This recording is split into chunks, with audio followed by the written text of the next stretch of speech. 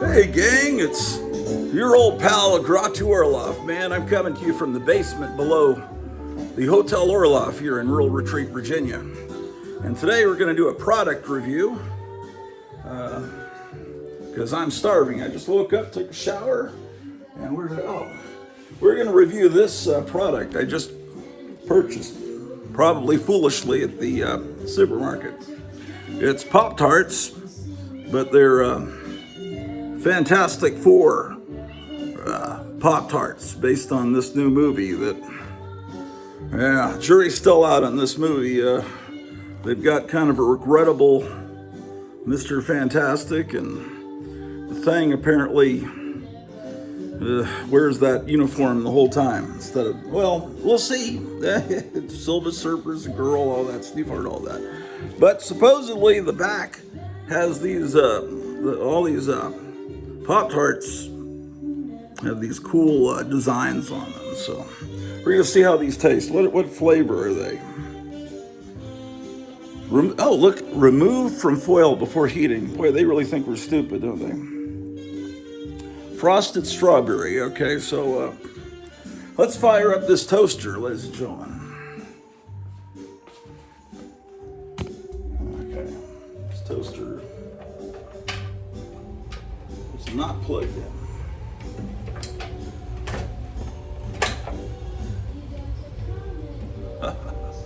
Okay, ladies and gentlemen, the big reveal, but it won't be collectible anymore once I open it, so that'll be a tragedy. There was another trailer put up yesterday for Fantastic Four. It looked a little better. And the Superman movie's looking really great. We'll see how that goes.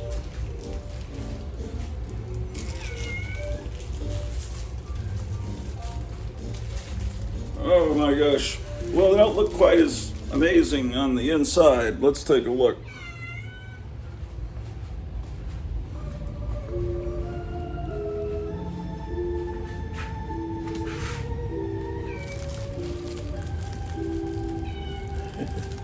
Man, yeah, it looks more like, how do I get the light right, man? It looks like that. There's a big crack through it. And then the other one, what's on the other design?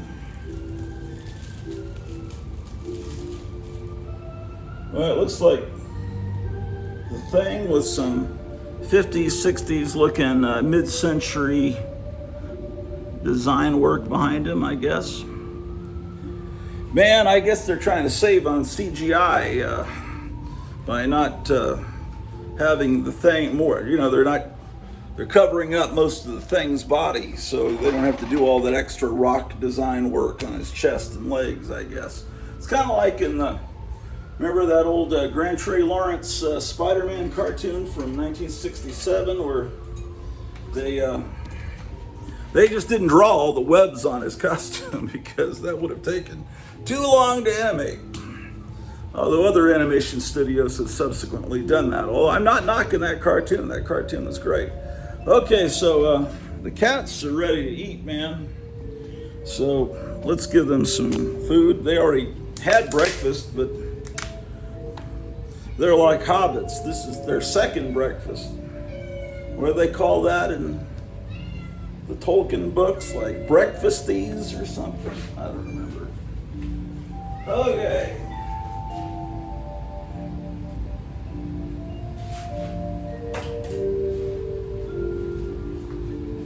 Yeah, buddy, man, we've got some new comics here at the Hotel Orloff. I'm going to show you here in a little bit after I have my breakfast.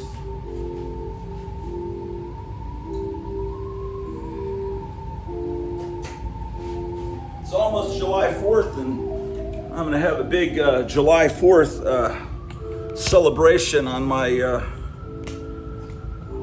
radio station, man. I broadcast from here in the basement.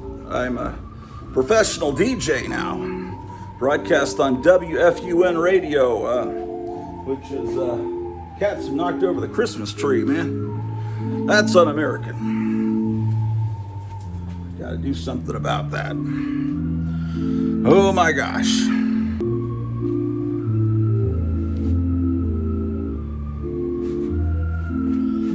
Yes, indeed.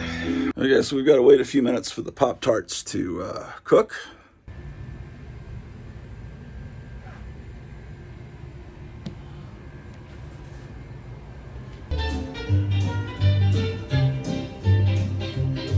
I'm going to the Hotel Orloff in Retreat, Virginia. It's always open, jukebox is jumping, and the party never ends. It's a place where nobody's business is everybody's business. All right. Well, we've got the Pop-Tarts ready to consume, man.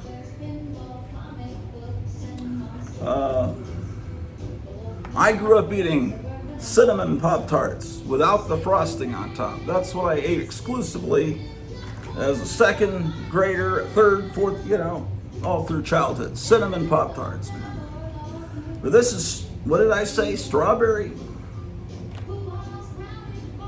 Or as they say, Frankenberry. Let's see how it tastes.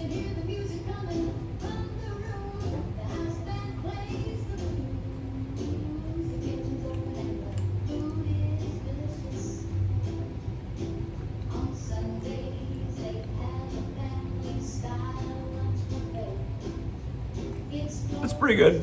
Full disclosure, man, I slipped up yesterday. I drank a Coke. I actually drank 2 Cokes to stay awake during my 7-hour shift on WFUN, DJing the rock and roll country western bluegrass show. This one's got Sean Connery's name on it, so I had to get it. And the other one that I drank had Benjamin on it, like Benjamin J. Grimm, this guy.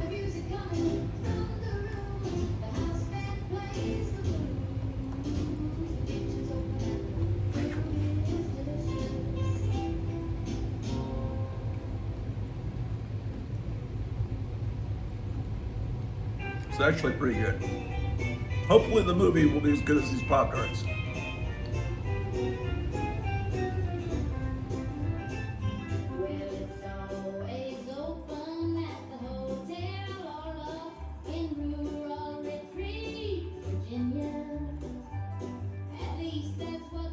I do like that it has a 60s aesthetic in the movie. I think all the Marvel movies should have had that. All of them, the entire Marvel Cinematic Universe should have been set in the 60s, every movie.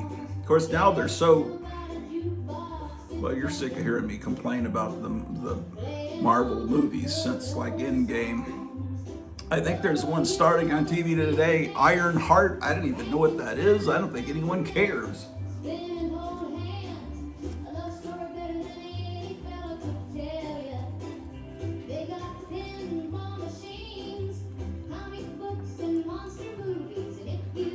Oh.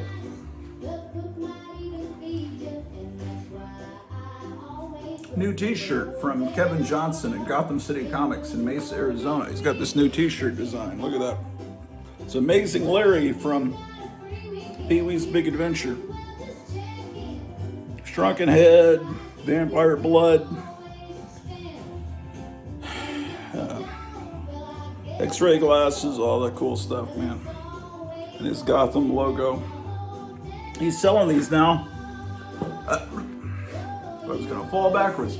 He's got a deal that may still be going on. He's getting rid of all his other t-shirts. So if you buy one of these, he'll send you one of the other t-shirts for free. Now don't hold me to that. Don't hold him to that because he may have already gotten, rid of all those shirts. But call him up and ask him.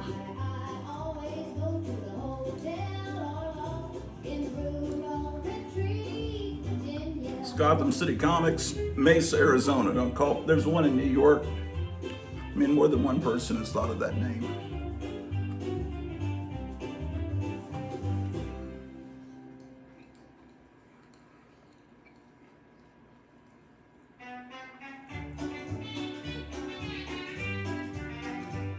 It's 1 o'clock in the morning and I don't want to go home. There's a place that I can go and I won't be alone. Hotel Orloff, room retreat, always open,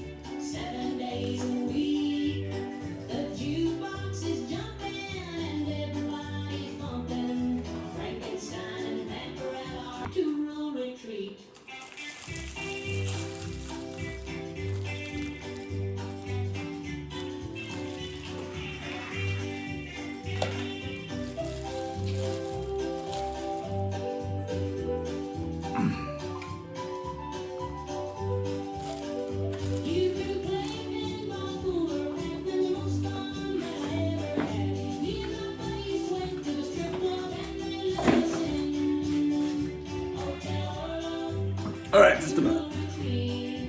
There's going to be a big July 4th broadcast on the Grottu Orloff radio station, WFUN. So I'm preparing some patriotic songs, stirring patriotic songs that will be playing. So make sure you tune into that. So let's go upstairs, man. Yeah. Okay.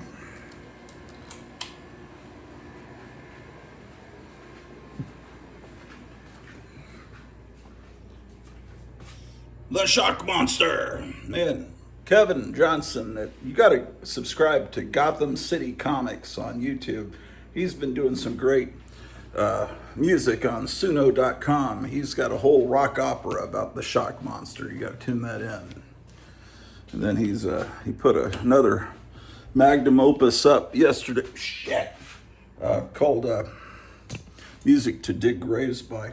This tea is leaking, man. What is going on? Hold on a second, ladies and gentlemen.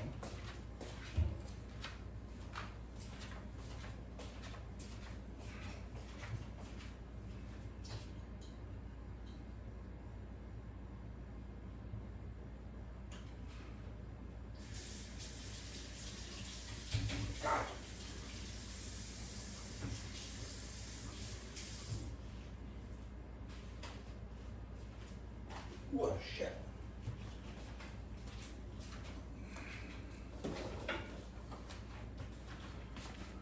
We must be cautious with this tea, man. Unbelievable. Okay. Well, why look, it's Meowie Wowie, also known as Callie the cat. Playing with the ring from the iced tea, which she must have absconded with. Okay, all right, man. Move out the way there, cats. There's cats on the stairs here. There's another one. And they're not moving, man. Come on, man.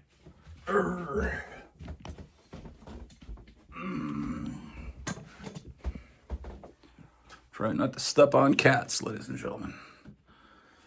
Try not to step on cats, but they are like squirrels that run in front of cars. They like to run in front of your feet. You got to be very careful and kind of shuffle along. Well, look what turned up on YouTube, man. Do you remember Pinocchio in Outer Space? I'm recording it right now because, man, I haven't seen Pinocchio in Outer Space since probably 5th grade. You know, hold on. J.P. Patches, the kiddie show clown in the Seattle market he was on for decades. I saw him during 5th grade. I lived near Seattle in Tacoma for a year and got to enjoy J.P. Patches in the latter part of his career. He would run. This is a cartoon feature film from probably the Kennedy era. I think it's made in some foreign land. This turtle, space turtle, whatever, he's voiced by Arnold Stang. Yeah, you recognize Top Cat's voice there.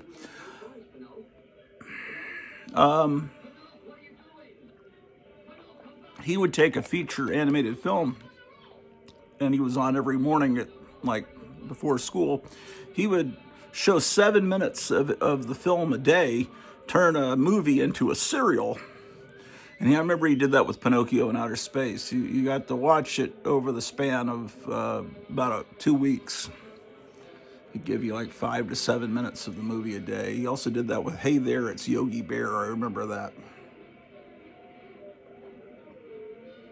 He also liked to show those Mighty Hercules cartoons. Okay, well, you were wondering what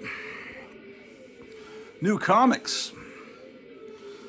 Man, I couldn't get the unsweetened. Everything's going wrong with my diet. I buy this unsweetened tea. The Dollar General was cleared out of everything. A lot of the pet food was gone. I guess everyone's worried about World War III.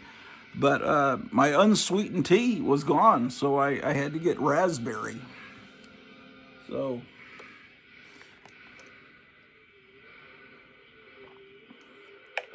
let me put this over there and let me cleanse my hands because they get stick. It's been leaking and my hands are sticky before I handle the comics. Oh man, look at this. Pinocchio is now a real boy after his adventures in outer space. How about that? Hey, first book I got is man, it's a year old. Shudder. Now there's Frazetta's not making any new paintings, so they're reusing old paintings by Frazetta, repurposing them. This was done for an Edgar Rice Burroughs novel, but here's what this is a company called Warrant, and they're trying really hard to make this look like a Warren magazine from the 60s and 70s, and they're doing a damn good job. This looks like Warren just never ended. So this Shudder is their attempt to do a creepy or eerie, more probably creepy. Eerie was just like creepy until about 1973, 74, when it became a superhero comic magazine. I about a weird monster superhero magazine, but creepy remained more of a horror anthology. But anyway, this is Shudder. Originally, this company was calling it The Creeps, but that was too close to creepy. I applaud them for keeping the price low. $6.99 doesn't seem low to me, because the Warren magazines cost, when I was buying them, 50 cents, 75 cents. In the 60s, they were 35 cents, which was expensive then. But most magazines now are up there $14. So it's laudable.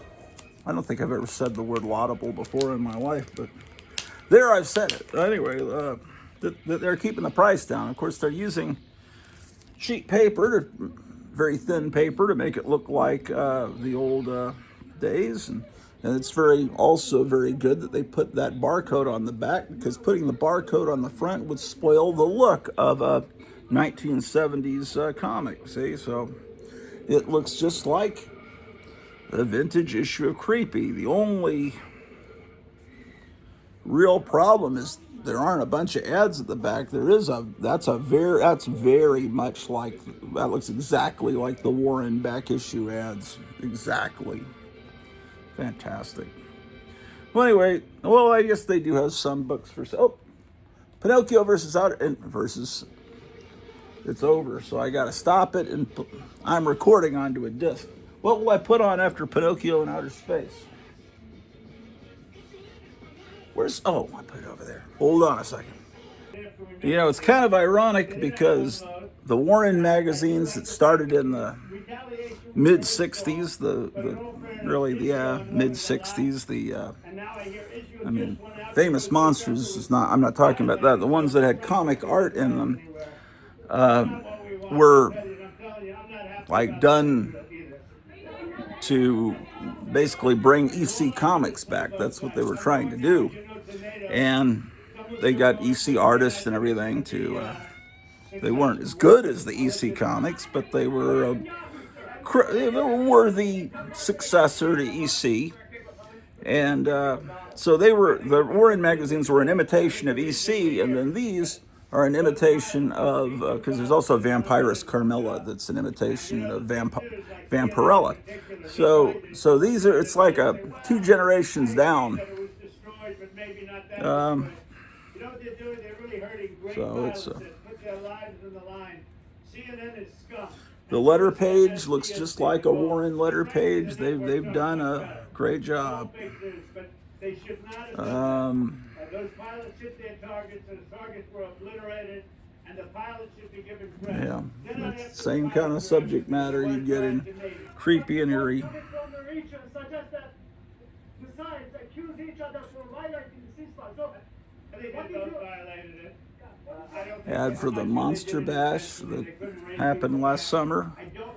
I guess there's one coming up this summer, huh? It said July 2024. I wonder if there's one coming up in a few weeks. And I will say, I think CNN ought to apologize to the pilots with the B-2s. I All right, I'm getting one book out at a time, and I'm putting them back on the pinball machine, and because there's cats jumping and flipping around all over the place here. I don't want one to jump and land on top of a comic or a magazine, man. So cats haven't figured out how to get up on top of the pinball machines yet. But I think CNN is a gutless group of people, and the people that run it, nobody even knows it's been sold so many times, but the people that run it ought to be ashamed. MSDNC, a guy named Brian Roberts, he heads it. Here's the other publication that they put out, Vampirist Carmilla, and this is a fear book, which is the term that Warren used to use for their annual yearbooks.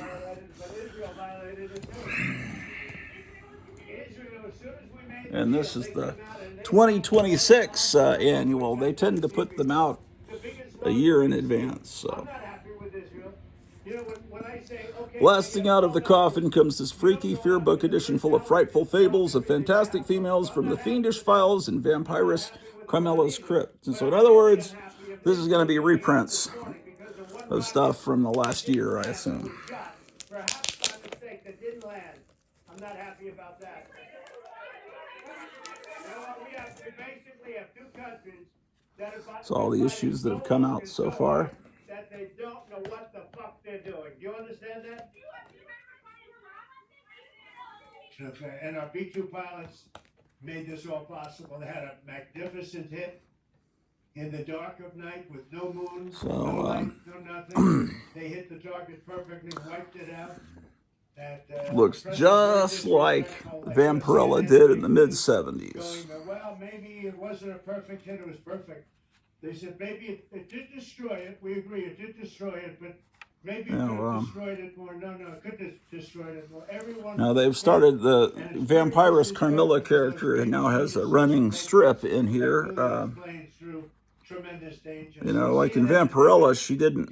Vampirella was just a host of the comic, and then after, I don't know, 12 issues, I think, then they started giving her own storyline. But it's other stories about vampire women and stuff. That's Biden led a lot of super stuff, and Biden was an incompetent president, had no idea what he was doing. So that's Vampirist Carmilla 2026 annual. With the auto pen, it was gross incompetence, and among everything else, he let a lot of supercells in, many from Iran. Okay. This is cool. This is a facsimile of the issue of Adventure Comics where Crypto first appeared, and this is done as a promotion for the movie coming out, which of course has Crypto in it, and Crypto, I think, is going to go big. I've already seen signs of it. This Superman movie is going to be really big. It's going to surprise people, I think, like Guardians of the Galaxy did, and I think Crypto's going to be merchandised unbelievably like Groot was.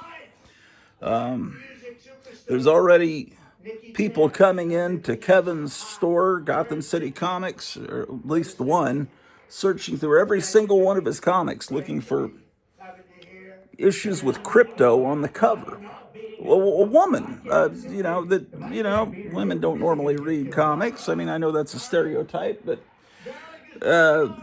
this is going to cross over, and people are going to love the Crypto character. Anyway, this doesn't have the barcode on the front. That's something DC does right. But let me tell you about this. Hold on a second. Now this is a comic that's priced at $3.99.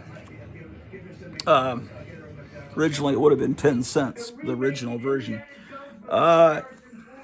It's a promotional comic for the movie. It's not a true facsimile. I'll show you what I mean. Kevin ordered at Gotham City Comics in Mesa, Arizona. He ordered 50 of these because there's 2 of these comics were printed with free tickets to the premiere.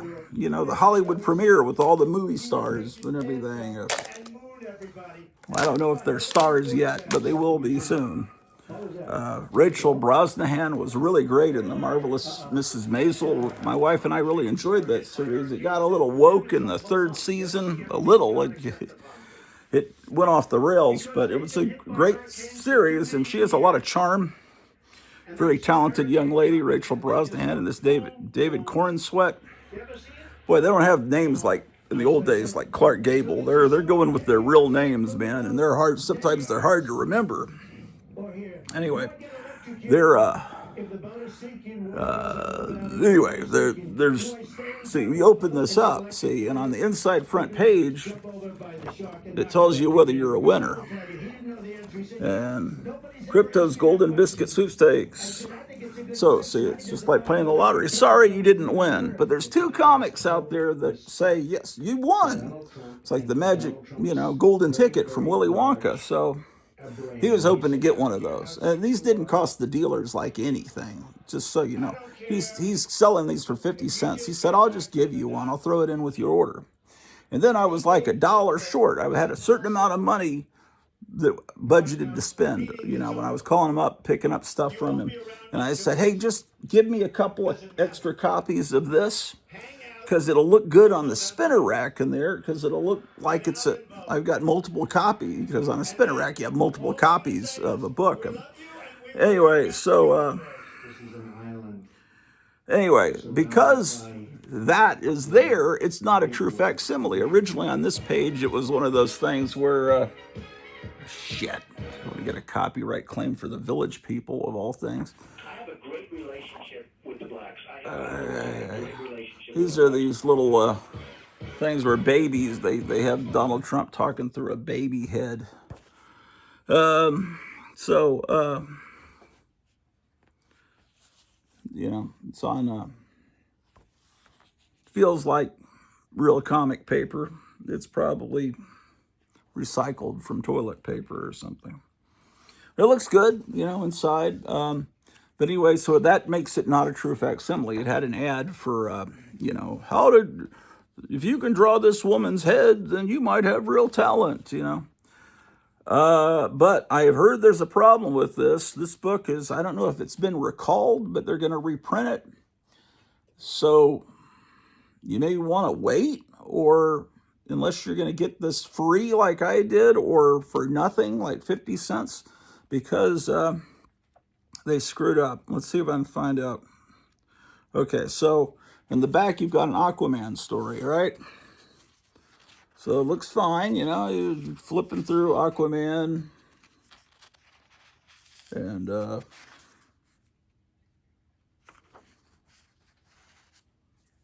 okay. Here's Aquaman, right? Page number. It's an Aquaman story, and then all of a sudden, it's a page from a Green Arrow story, and then the next page is back to Aquaman. Now, that Green Arrow story,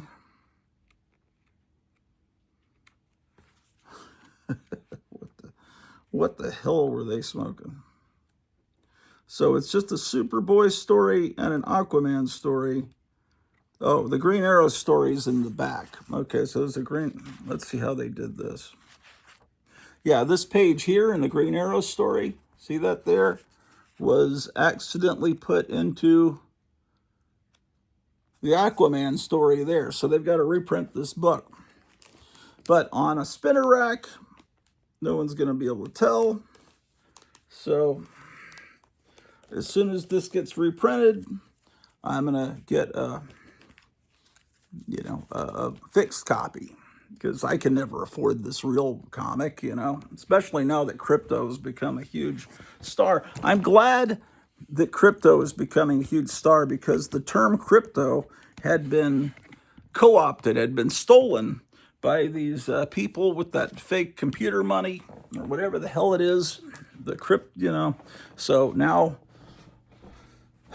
whenever you say crypto, people are going to think you're talking about that imaginary money or whatever. I don't know what the hell it is.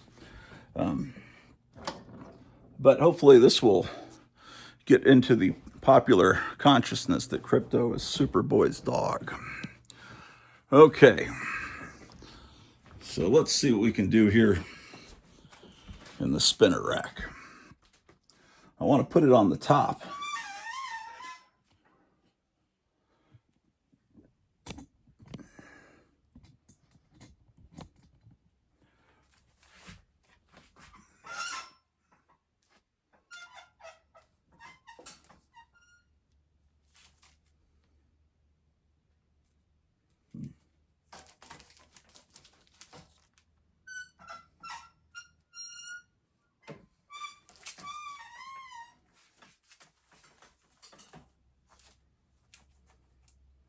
Spread them out so you can see that there's other copies behind there. And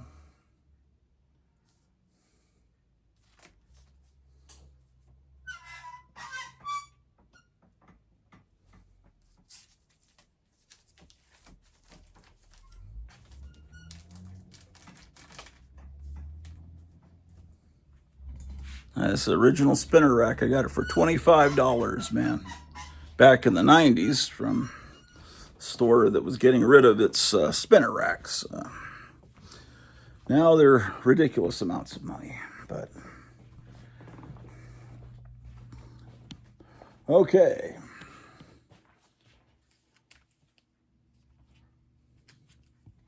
This is interesting here. This is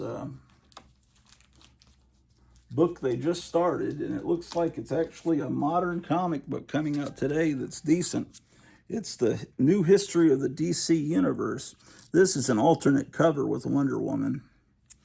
But Kevin, as a surprise, sent me the poster, which I think has, maybe this is, I think this might be on the front of the, anyway, it's a really cool. All right. Let's get you in some light here. It's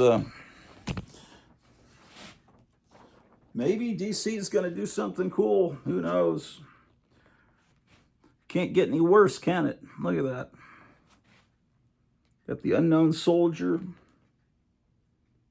Man, it's like they're going to be something I like again. We'll have to see that.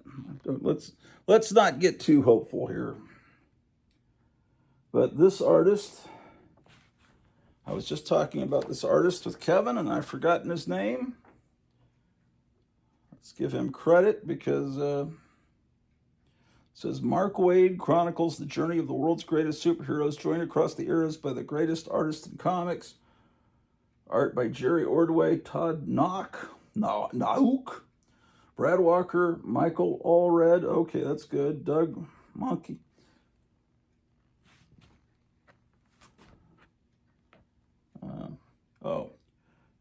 His name must be Chris Samney. I really love Michael Allred. Yeah, Chris Samney must be a great. Anyway, so that's good news, I think. Of course, I have to read the comic. Let's read the comic first before we make any hasty decisions on its quality. How do I fold this first Luggener thing, man? Oh, I hate when I don't know how to fold something. It can't be that way. Hold on. I'm going to stop the camera. Hey, welcome back. Yeah, let's look at this new history of the DC universe. Because what if comic books were able to make a magic resurgence and become good again? I mean, weirder things have happened, right? Comics have been down in low places, and then all of a sudden, out of nowhere, things happen. The Silver Age, okay, who knows? And maybe who knows what? Hold on a second. My wife is calling. Let me go see what she needs. Okay, so my understanding, Mark Waid is a great writer. I remember him from Kingdom Come. That was great and everything. But I understand that he's kind of politically kind of horrible. But if you just don't think about that and enjoy the comics, they say you can be all right with it. So I don't know. Let's see what this is like.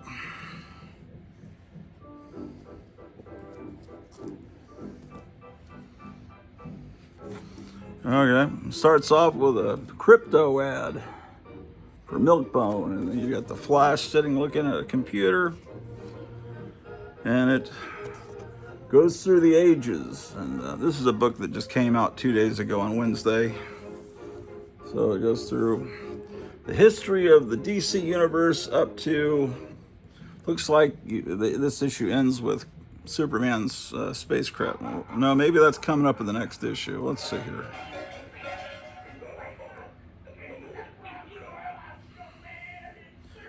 Well, I don't know. This looks very interesting. Probably this is a mini series and will be collected in a book, and that'll probably be the way to go. Oh, there's the real Creature Commandos from the comics. Yeah, it's like all kinds of minutia and detail in here. It looks like here's all the Western heroes. Jonah Hex, one of my favorites. Pretty neat.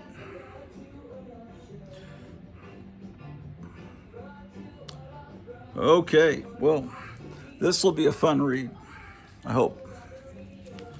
But I'm always hopeful. I'm not, but pretty much the comic industry is in the toilet, and Marvel especially. Here's the ad for Superman. Man, it's hard to believe it's been all those decades ago since the Christopher Reeve Superman movie. I remember that was Christmas of '78. I remember playing at the Cinema 4 on Pioneer Parkway in Arlington, Texas, and the excitement of going to see that movie. And now Christopher Reeve is gone, and got a new, this looks like a new fun Superman movie. Okay. Speaking of that time period, picked up a couple of issues of Superman Family that I didn't have from 1980.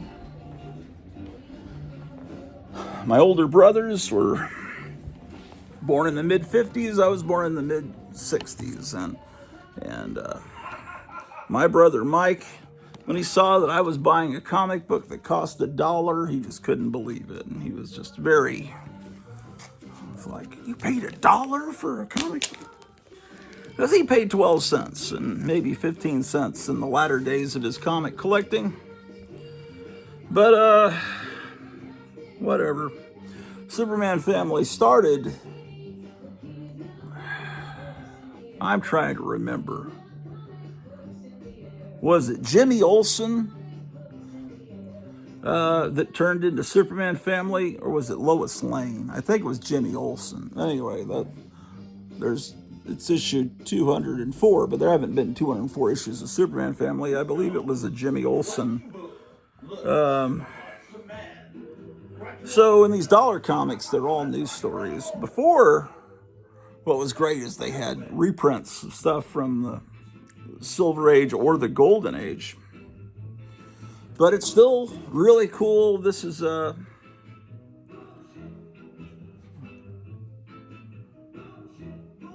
excellent.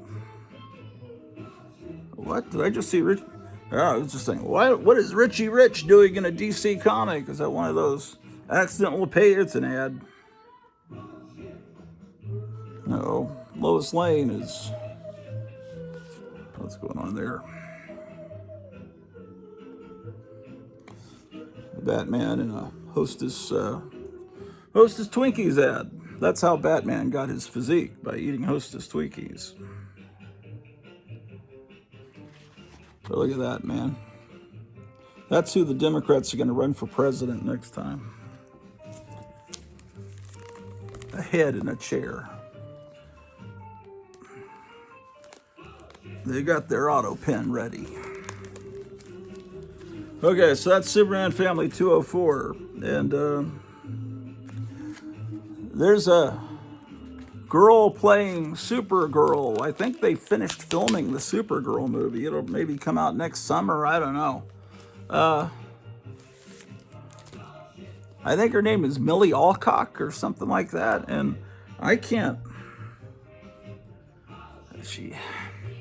can't decide if she's pretty or ugly. That must be how women felt about Mick Jagger in 1964. I don't know. I guess she's pretty. I mean, what am I? Don't want to be a jerk, but there's something about, and I'm not one to talk. I mean, look at me. Welcome back to a Thursday Psycho Sock Hop here on the Grottu. I remember I bought that issue of Adventure. I still have that. Yeah, this one's in low grade condition. It's all dinged up there, but it's readable.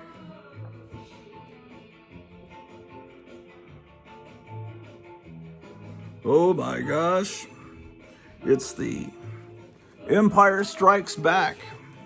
Boy, 1980. It's still, this might be before the Empire Strikes, but it looks like this is all from, looks like everything here is from the original Star Wars movie. The Cantina. Yeah, this is February of 1980. Yeah, January. Okay, so Empire Strikes Back would come out about 6 months after this, so yeah, they're not going to be showing the Empire Strikes Back stuff. That was still being kept a little bit secret. Looks like they're blowing out the original Star Wars toys. Cats, stop fighting. They're they're having fun playing, man. They're both crazy little kittens, man. The videos where I show them get far more views than when I, videos that show me looking at comics. I've been told if you want to do well on YouTube, don't do a show about comic books. That's the absolute worst way. But I like looking at old comics, you know.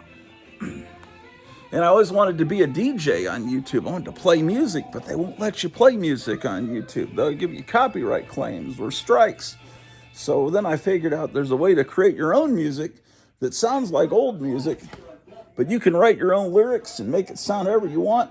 And so I started making my own music and playing that, and now I can be a DJ without worrying about copyright problems. So go to suno.com, and there are evil robots there that are controlled by Satan, Lucifer. And you pay $10 a month, or if you get really addicted, you pay $30 a month. And then you could say, okay, I want this song to be I want it to sound like 1967 mod jazz. I want a vibraphone in there. I want a theremin. I want it to have lots of echo. I want a female singer. I want her to sound sinister. And you just tell it and all that. And then you write all the lyrics, or you just write about, 40, 50 words of describing what's going on in the song, and then the AI robots create the song. It takes them, you press a button, and within about 5 seconds, they have a finished song. They'll give you 2 songs, 2 versions, and then you listen to them, and it's like, well, I like that one, I don't like that one, or maybe you don't like either one, and then you can press the button again, it'll generate 2 more. And that's a lot of fun, man. Trust me, it's a lot of fun. Oh, wow. Look at this. It's Our Army at War. This is not real. It's a facsimile. It's a recent comic. It might still be at your newsstand at your comic store. See, $3.99 instead of the 12 cents this would have been. And you wonder, why did they do a facsimile of this random issue of Our Army at War? Look at that, man. The fun stop. You're listening to the Grottu Orloff Show. I have that model kit right over here. Because it's the first appearance of Enemy Ace, who is always one of my favorite characters. See, this one's a real facsimile. It's got the original stuff on the inside page. Okay, so let's flip through. Yeah, sometimes in these facsimiles, the ad pages look a little blurry because they don't have the original paste ups for them. But this, it looks like they're doing a good job, man. It just looks great. Okay, here we go. Wow. First appearance of Enemy Ace. It's World War One, obviously, Joe Kubert, and he's Erich von Hammer, right? The Hammer of Hell. It's basically the Red Baron, right? But he's this haunted guy. He has no friends. His only friend is a wolf that lives in the forest. That's like his pet. But the wolf comes to him, and that's the only thing that he can relate to is this wild wolf. But yeah, he's just, it's all part of that World War One where you salute the guy right after you shoot him and they're spiraling down. You salute them as they go down to their death. He's a cool character. And World War One, they weren't the Nazis yet. That wasn't until World War Two. So, it'd be hard to do a World War Two story with a German, a German ace, killer, whatever, being a hero. But World War One still has that element of romance to it. Always loved the character.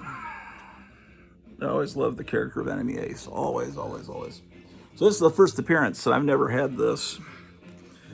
But why did they do that? Somewhat obscure character to today's modern audiences. That makes me think that maybe James Gunn is going to put Enemy Ace into the DC movies. That's my guess.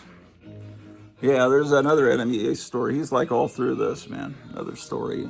Yeah, he was really cool. Enemy Ace. Yeah, there's his wolf pal. Let's see, James Gunn will be able to hype up the wolf element like he did Crypto, which was brilliant to bring Crypto into the Superman movie. Crypto's been seen in live action before in that Titans TV series, and he was done really well.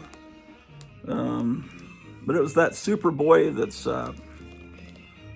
clone or mixture of Lex Luthor and Superman's DNA, or I don't know. That's a modern variation of what Superboy is. That all because of a lawsuit from the Siegel and Schuster estates that they said, well, we really never really gave the copyright for Superboy to DC, only Superman. So they snatched him back, and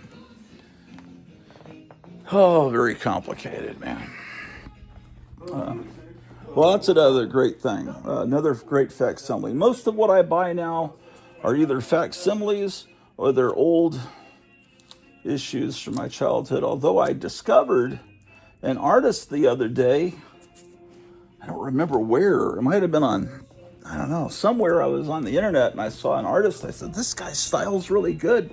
I asked Kevin, you know this artist? And he looked, and there's this comic he has from Titan called Scarlet Couture,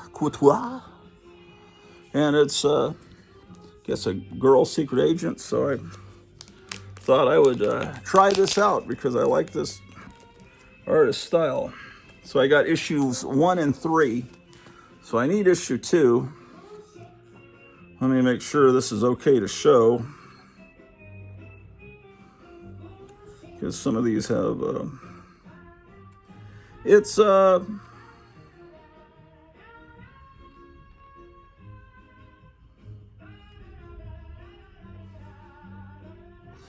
little computery looking, but his style basically is pretty good. It has a little bit of little more computery than I would normally be happy with.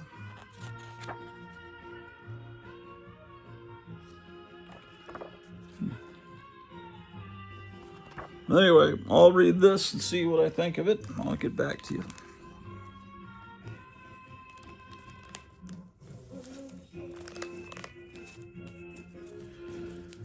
Okay, here's issue 3. The lovely Donna Lauren with the Neil Hefti Orchestra from 1960. Okay. It's WFUN Radio. I guess this is the other covers that were available for, it's one of these books, so they have all the variant covers.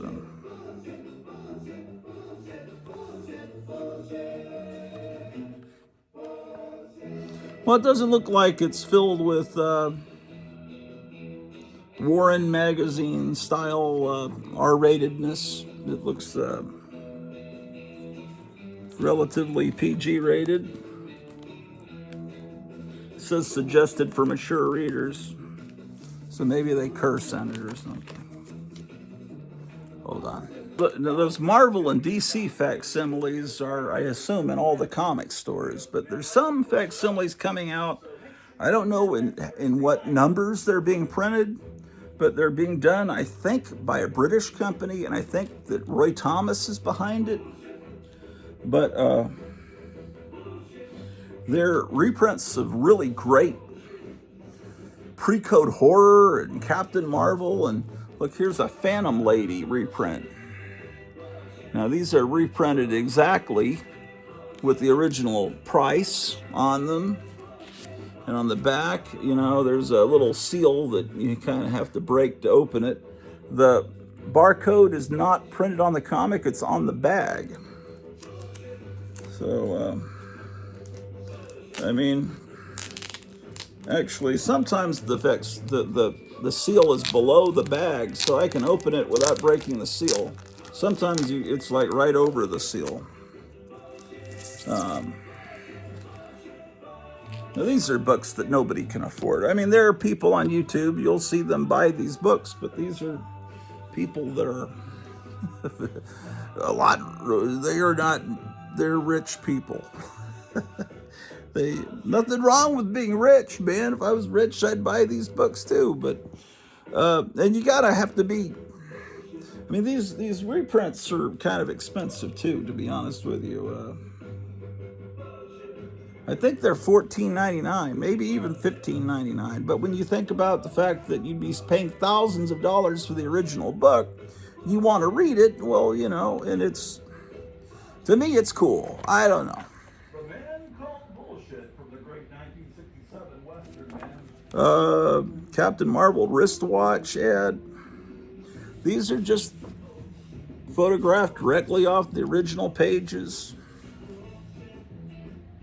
They didn't have very good printing back then, you know, some of the registration's kind of off.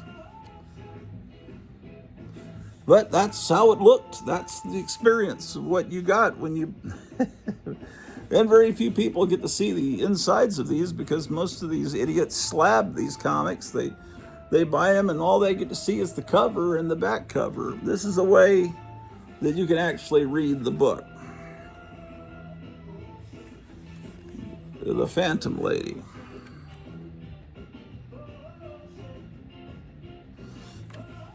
Yeah, see, the story actually starts on the inside front cover and continues on.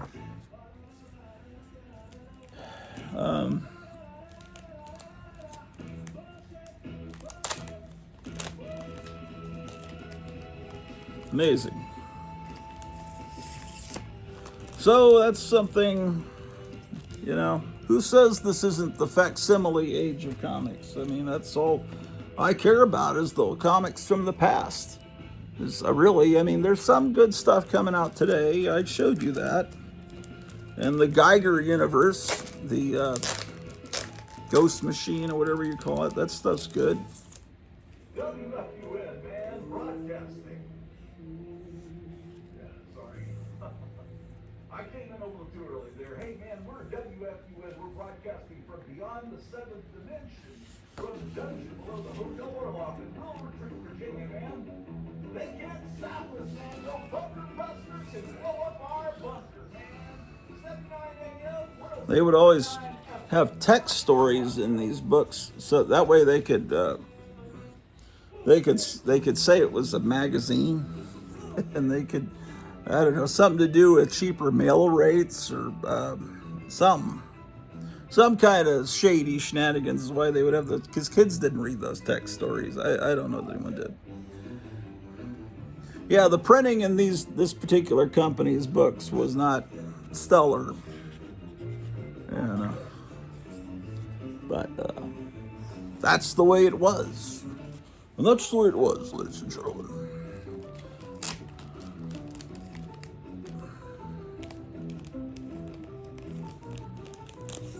different companies had different standards of quality. Okay. I'll be back. Oh, shit.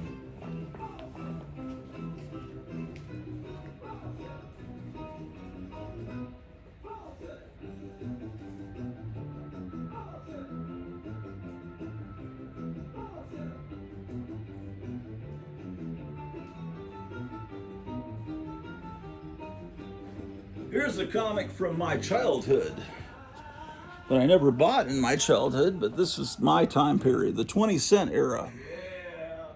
Phantom Stranger. I just got this. Everything I've shown you I got from Kevin Johnson at Gotham City Comics in Mesa, Arizona. Give him a call, man. Nicest guy in the world.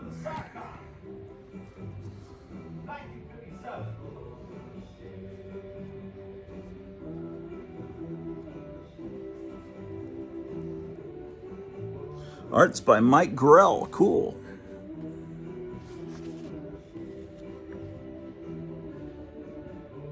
Let's see which ones of the line of DC superstars I bought that month.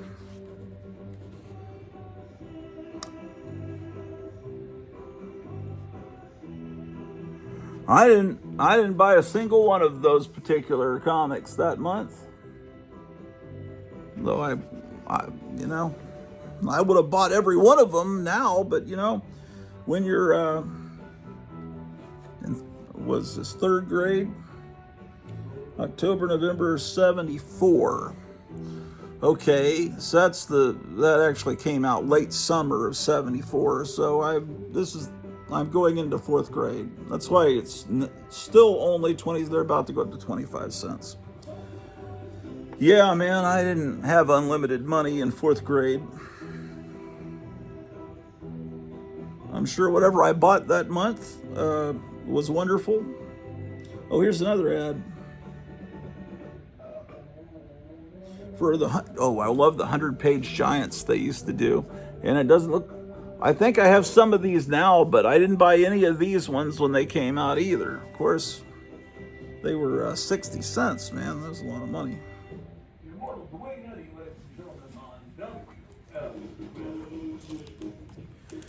Well, it's the weekend, man. It's Friday. Phantom Stranger, that's number 33. If you're wanting to go to mycomicshop.com, and because I'm such a influencer, you want to go buy a copy.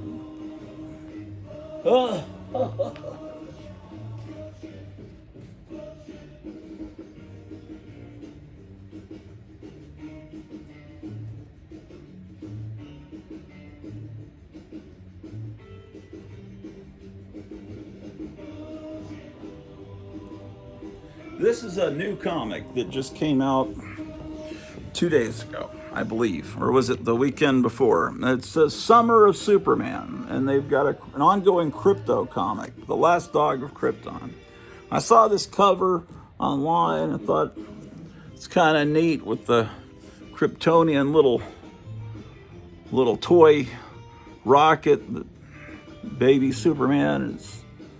There's crypto. I thought it was an interesting design. I don't know who the artist is. But anyway, the new slogan for DC is all in. And I thought, well, I've always liked crypto. I'm going to try this crypto comic. And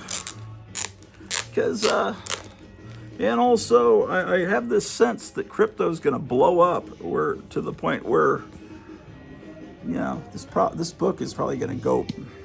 Not trying to give you FOMO, man. But it's possible this book could shoot up in value with speculator idiots. So anyway. Here's the ad with that poster art that I just showed you. Yeah, it shows all about crypto. Yeah, I'm glad I got this. Fantastic. Okay, man. The Summer of Superman. Original Superman, the 78 Superman, came out at Christmas time. And then 2 more facsimiles. Man, there's just a lot of facsimiles coming out. It's hard to keep up with them all. This one was reprinted. Marvel's reprinting the first 12 issues of the Fantastic Four leading up to the movie coming out in a few weeks. And they're also reprinting 48, 49, and 50, the Galactus trilogy. And this is the second part of the Galactus trilogy. I actually own an original copy of this issue. I don't own 48 or 50, but I do own this one. But I hate that barcode on the front. That's so stupid. But I still wanted to get it because I don't know. It's cool to have a comic book, and look, this comic's so important. There's a fake version of it. But anyway, Marvel charges $5 for their facsimiles, and DC charges $3.99. $4 for theirs. So Marvel charges an extra $1. I'm not sure why. Yes, I guess I am.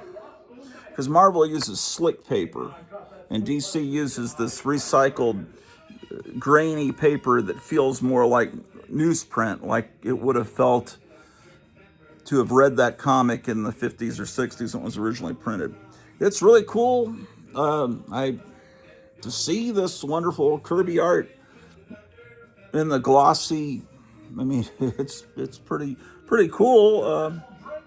It's weird to see these 60s ads in this beautiful glossy, like National Geographic paper.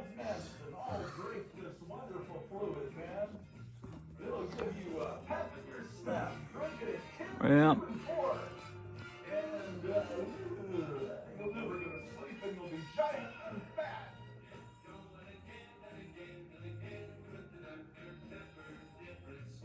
Well, this is what got me into all of the superhero stuff. I was only into monster comics, and then the the Marvel Treasury Edition #2 in early '74 came out, and it reprinted Fantastic Four stories, including the Galactus trilogy. And man, I was totally sold on Marvel Comics, and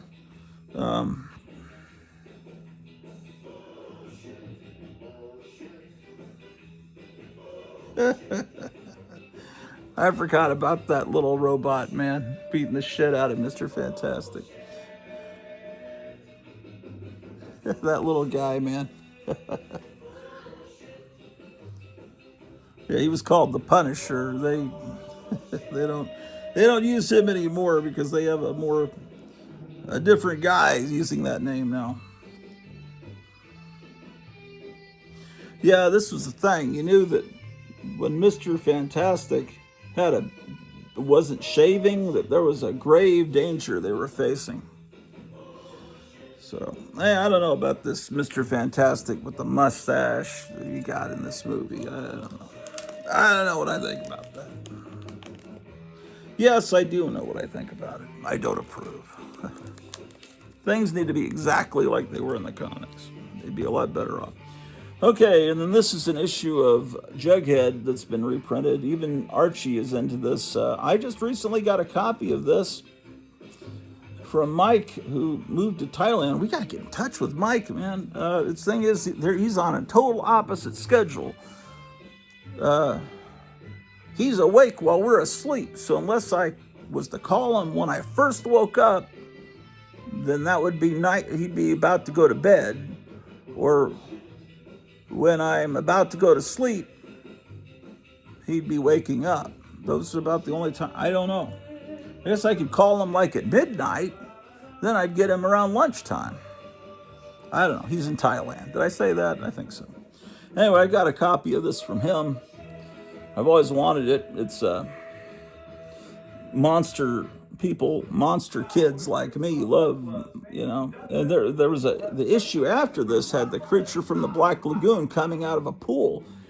And I thought I had that issue about a month ago. I was looking through all my Archie comics. I swore I had it. Then I realized, No, I have a little dot comic where she's walking the creature from the Black Lagoon along a beach on a leash. But man, I swore I had that Jughead comic. But anyway, if they're going to reprint this, they're probably going to reprint the creature from the Black Lagoon one, wouldn't you think?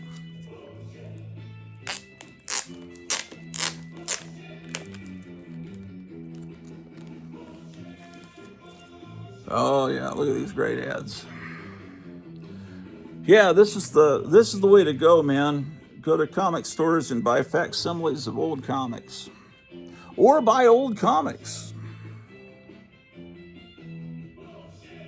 I mean, a Jughead comic from this time period shouldn't be very valuable, but the ones that have monster covers are going to be valuable because they have crossover appeal to the monster people. So,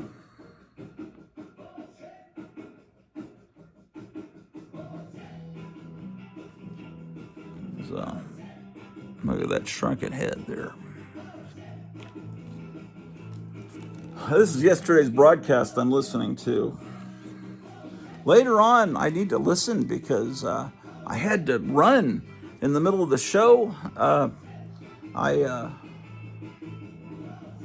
I create all this music, and then I beam it from my phone to my Roku box. Then I record it onto a DVD-R at 6 hours speed. But for some reason, when I'm recording this music, it goes longer than 6 hours, like 9 hours. So I thought I was only, it just kept going and going.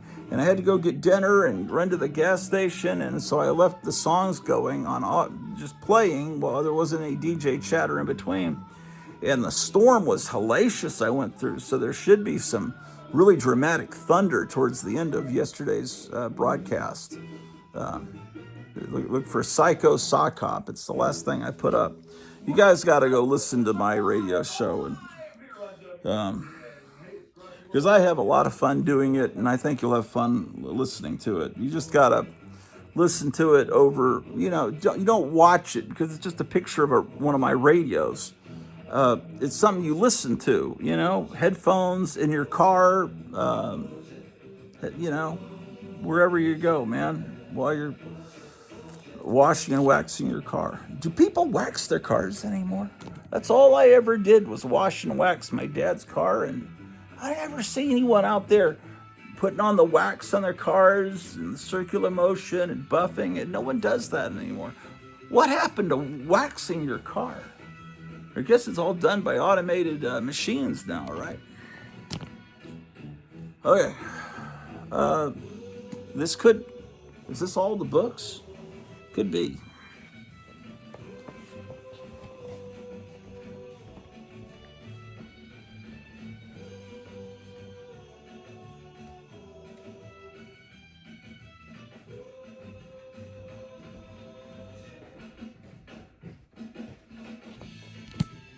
I need to get these books upstairs and off these pinball machines. I've been doing a lot of work on the house and trying to make things cleaner, and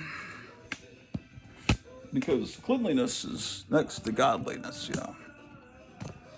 So let me get these organized here.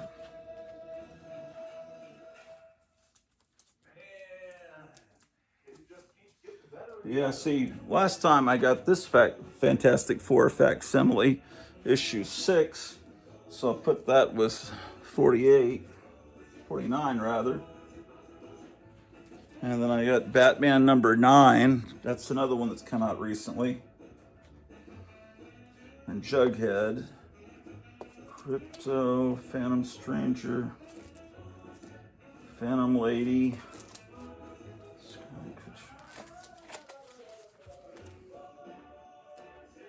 Okay, Army at War. Superman family. Kind of pre-organizing these before I go upstairs.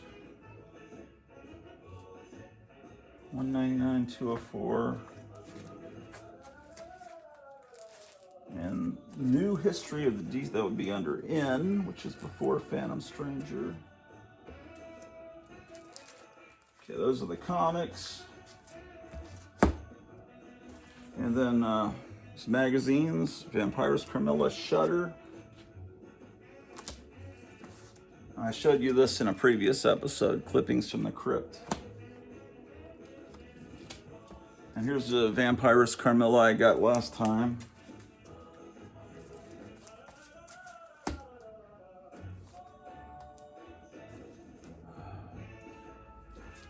Did I show you this one last time? Cryptology? Oh, I got some.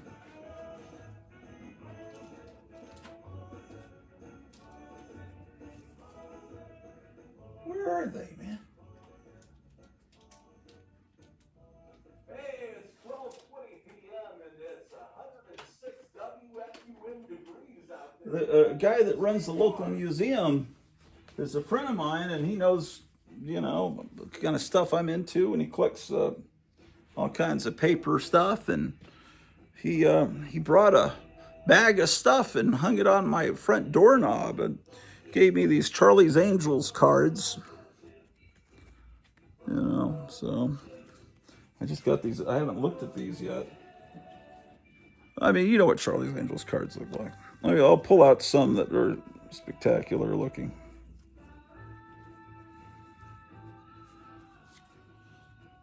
There's a good shot.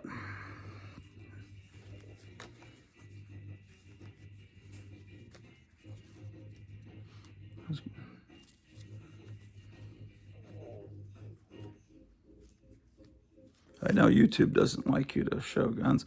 You know, I heard from Kevin, and then I heard from my wife that YouTube is about to start throttling the political channels, you know, like Benny Johnson and people like that give you alternative and funny ways of consuming the news, and probably much more accurate than the mainstream media. Well, what they're going to do is a lot of these mainstream networks, you know, CNN, CNBC, NBC, ABC, whatever, they're going to be coming over to YouTube and making a big splash here, and then they're going to make it really harder to see the alternative stuff, and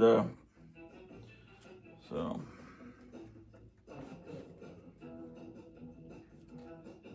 he collects matchbook stuff, but he gave me some matchbooks for, like, this is a Los Angeles movie theater, the Pussycat. Gave me 3 of these, ones for that theater, and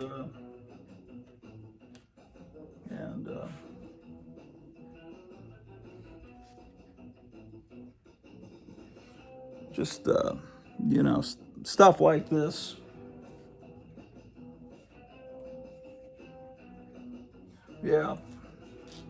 Yeah, stuff we can't show. And then, okay, but let's look at cryptology, because I cannot remember if I showed this to you. Now, this is a cool magazine that exists today. Now,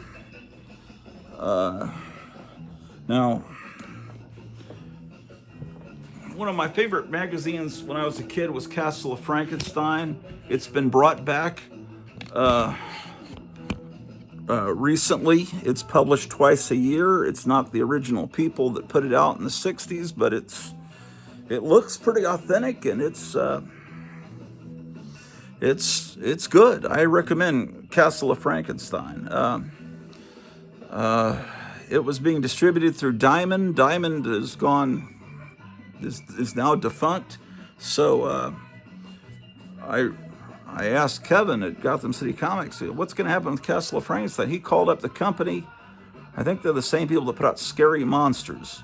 And so he asked them if they do wholesale. And so they're going to send him 5 copies of Scary Monsters and 5 copies of Castle of Frankenstein. So, I mean, I'm going to claim one of them, and he's going to keep one of them. That means there's 3 copies up.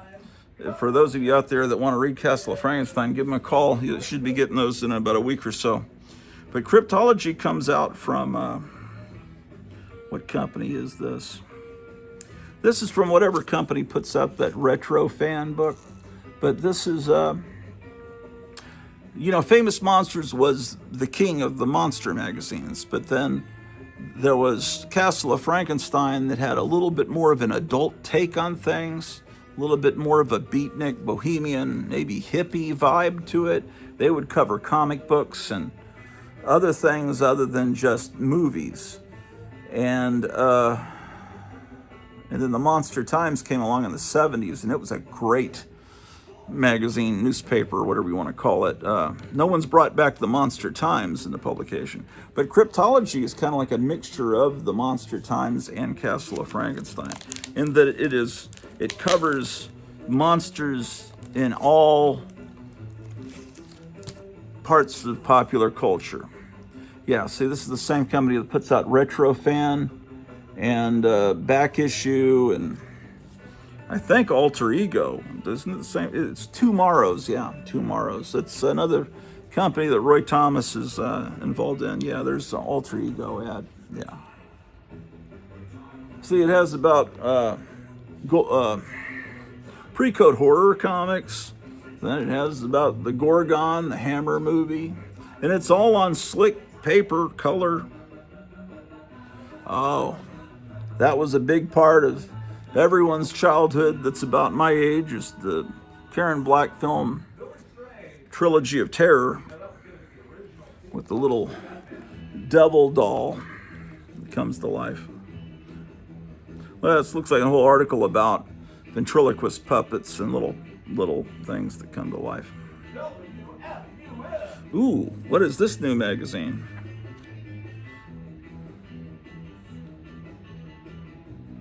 This may not be a Oh, it's not a magazine. I think it's a whole book called Futuristic, man. Kevin, you got to look into this book. It says Rockets, Robots, and Ray Guns of Space Age Pop Culture. Ships October 2025. Full color hardcover, $49.95. Digital edition, $59.99. Who wants a digital edition of a book? You people are crazy. Mars Attacks. I don't think I ever showed you this on the show. I think I did. All kinds of Mars Attack stuff, memorabilia.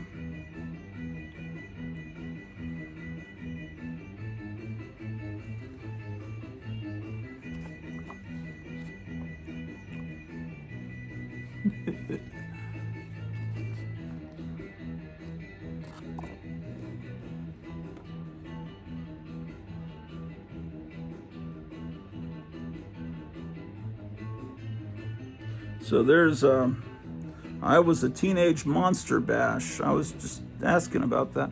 Looks like October 10th through 12th, 2025. It's probably in Pittsburgh, yeah. I don't know, Pennsylvania. I'd love to go to one of those Monster Bash conventions. Creature from the Black Lagoon. Wow. Yeah, this is a great magazine. Highly recommend Cryptology. This is the 3rd issue. So get in on the ground floor before you miss, 10, 11, 12 issues and have to find them. The new issue of Castle of Frankenstein has the EC horror host on the cover. So, and it's been out a while. I think that if you have a mall near you with a Barnes & Noble, I think that's the main place you can get these Shudder, Vampires Carmilla, Castle of Frankenstein type books. But the nearest mall to me is an hour away. I don't know what to tell you. Oh, I got some other books too. Look, it even says my name on it, Grottu. I got these Jezebel Jade spinoff from Johnny Quest books, all in a bag. I don't know if it's a complete set of the series or not.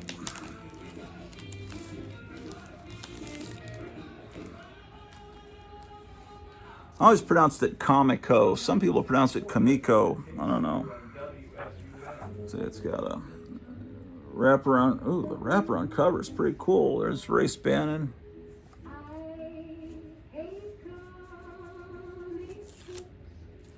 Okay. So this is from when comic books cost $2. So December 1988. Yeah, see, it's Johnny Quest spinoff. That's issue 3. Issue 2. Is this a wraparound? Yeah. Late 80s was like the last gasp of great comics before the horrible onslaught of the 1990s.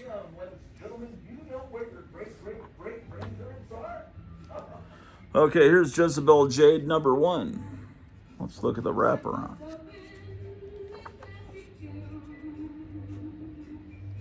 Pretty cool.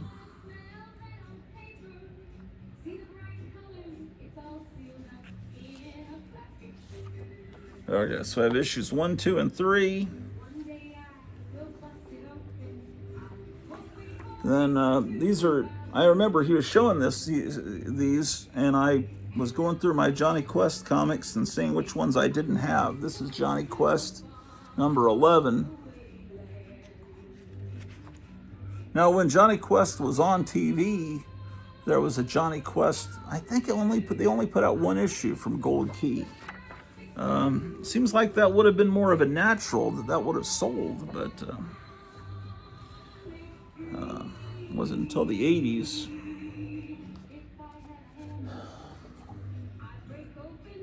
I guess you know that the voice of Johnny Quest was later Otter in National Lampoon's Animal House.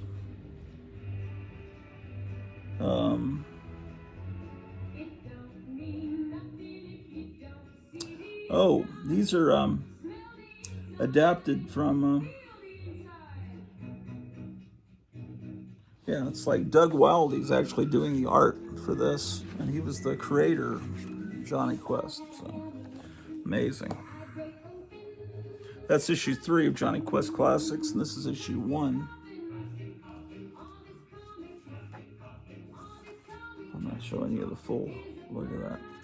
I didn't show you this one.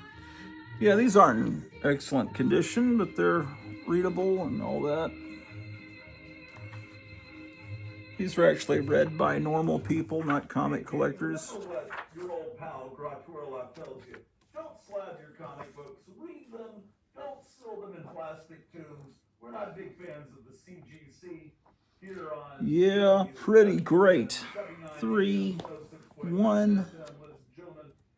Man, it's a hot day out there, man. Hopefully you're eating your lunch, getting a cheeseburger, a Dr. Pepper, a burger shove, man, because it is lunch time. Johnny Quest was a great series. Now that was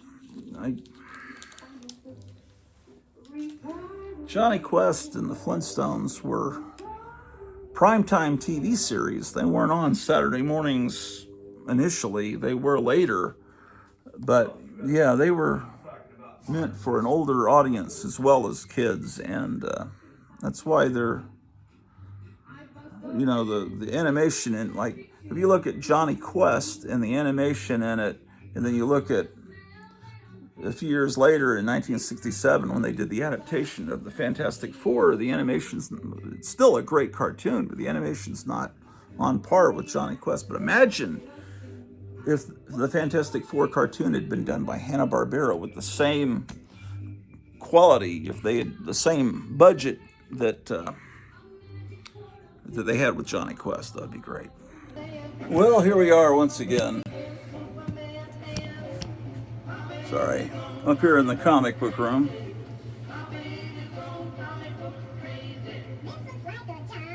Okay.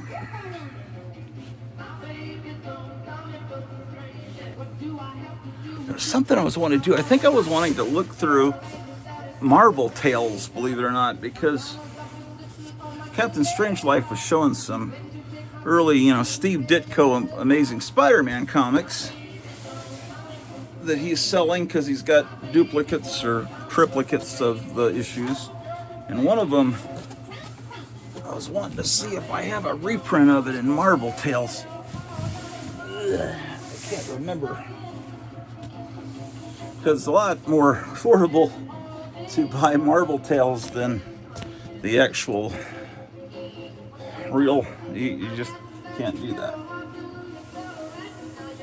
Now he's got 10, 11 years on me, so he was able to buy those books when they were coming out. So it's a lot easier to buy them for 12 cents or secondhand at a store for a quarter than paying hundreds and hundreds of dollars for them, of course. Okay.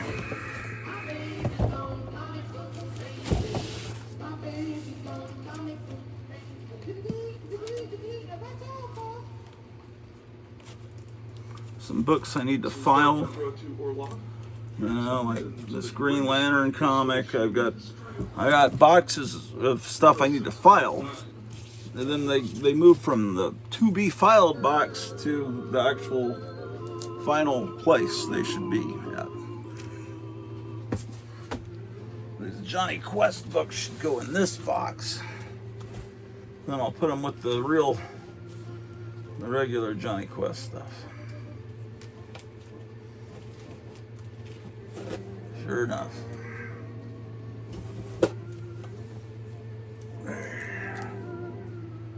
These will go with the monster magazines over yonder. Oh. Monsters. Monsters to be pitied. Monsters to be despised. Okay. Why is Green Lantern out of order? See, that's what happens, man. Unexpected. Mystery in Space should be before Tales of the Unexpected. Then World's Finest. Okay, so what do we got here? Fantastic Four number 6. Okay, goes before Green Lantern. 49. Our Army at War.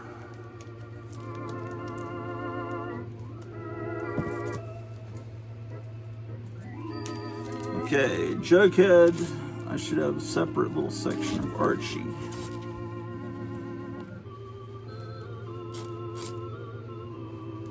Maybe not. Okay, I'll just put it there. Actually, I have magazines in this box that are ready to be filed too. Oh boy.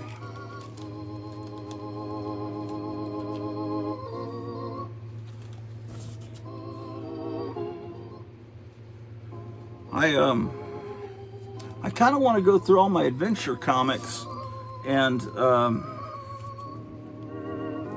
my Fantastic Fours as a lead up to the movies that are coming out. Hopefully both of those movies will play here at the local theater at the town square.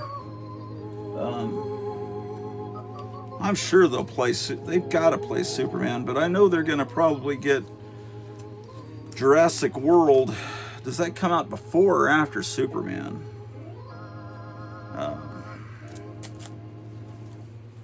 I don't really have any interest in Jurassic World, but maybe it'll be. I haven't seen the last 15 Jurassic Park movies. I saw the first 2, Jurassic Park and The Lost World, but after that, I don't think I've seen a single one.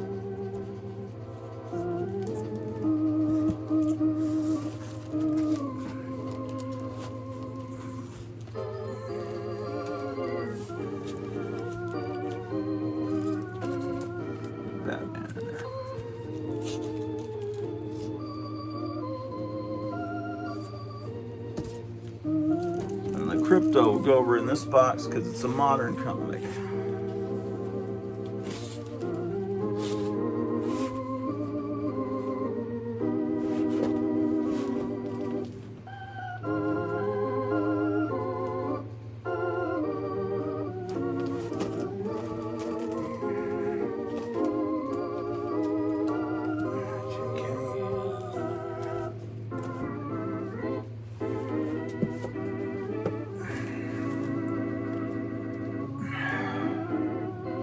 New history.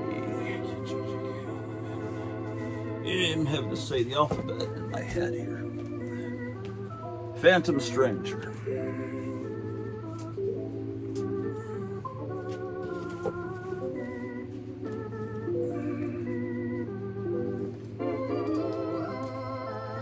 $189, $204.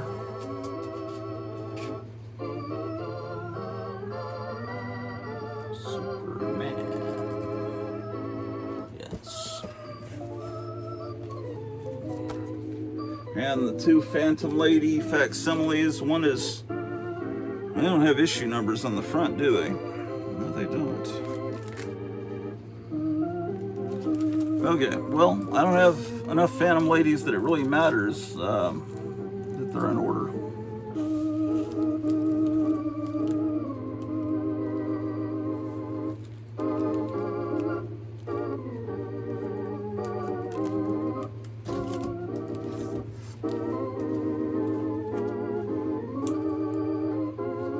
I was getting these Rogue in the Phantom, in the Savage Land with Khazar, that you guys know as Khazar, but I call him Khazar. I must have a third or fourth copy. I gotta get that next time from Kevin. Rogue. I'll just file this under X for X-Men, because I put all the X-Men related titles together. Yeah.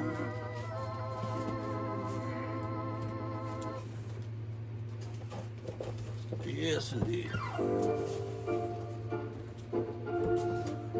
What is this? Oh. Scarlet Couture, the Munich File.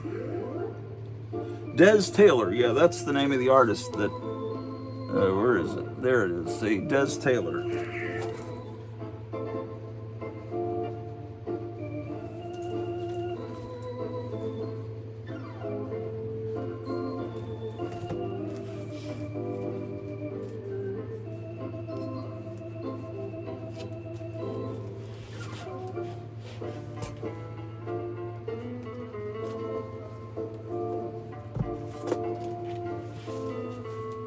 This is another comic that comes out today that I recommend, Geiger. I was talking about that earlier.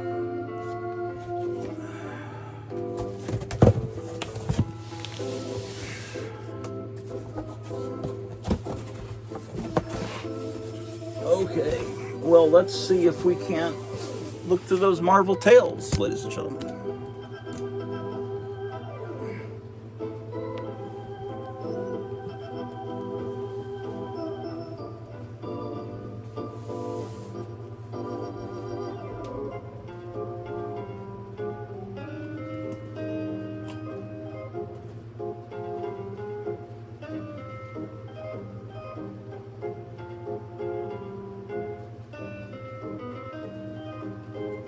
Oh, here's some more comic books I got a file. I didn't realize.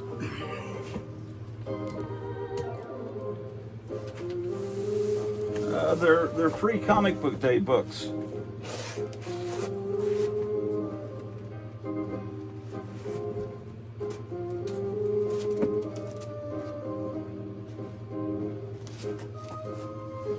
So this is all in, but this is the new Superman comic that I guess has started already. Mark Spears Monsters, and that's Conan book.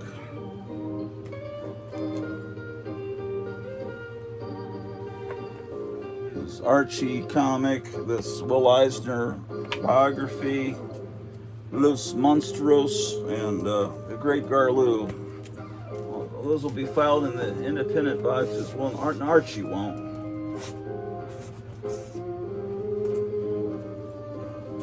Let me pull the art. I already pulled the Archie. Where's the Archie? There it is.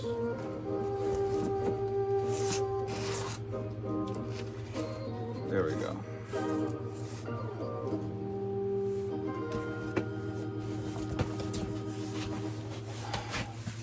Okay, fantastic.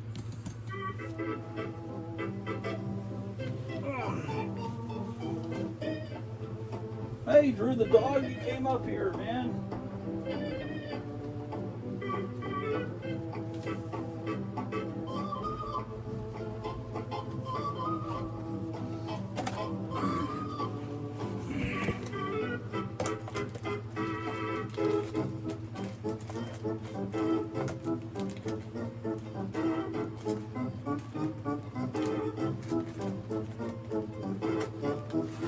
Man, why do I have these mixed in, man? Woody Woodpecker, it looks like it's the very tail end of my gold key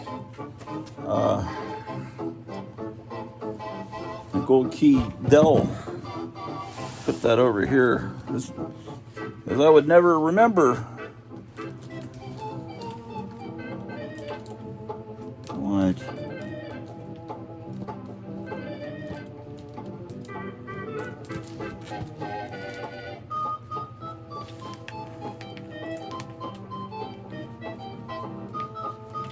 Oh, this is crazy. Okay, there's stuff over here that needs to be filed too, man. There's a lot of filing I need to do. I haven't been up in this comic room enough.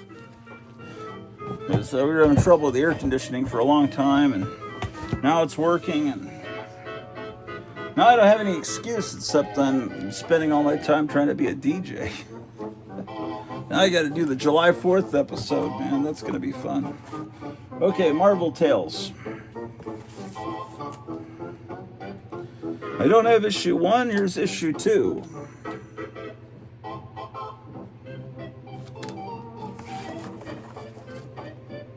Three. Issue 1's pretty expensive. 4. So you get an issue of Spider-Man, you get a Thor story, a Human Torch story, and an Ant-Man story. They weren't very old at the time.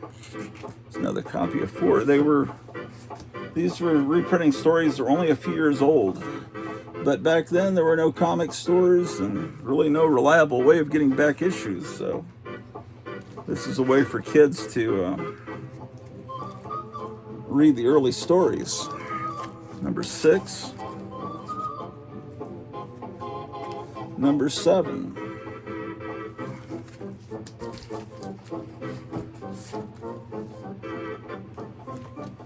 Number 8.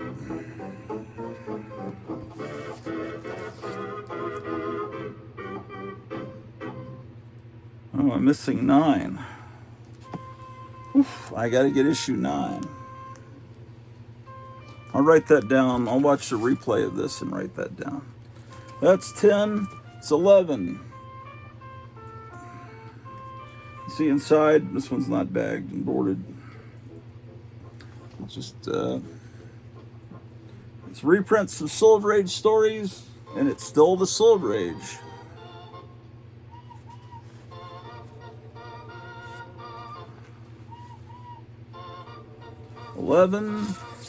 Okay, 12. This is the one I was hoping I would have, because Captain Strangelove showed he had this is a newly drawn cover for the issue. Yeah, I guess I paid $10 for that. Okay, that's 12, 13. All right, yeah, I'm gonna just sit down and read these this summer. I mean, I could read them in Marvel Treasure, what do you call them? The Marvel Masterworks editions, the hardcover books.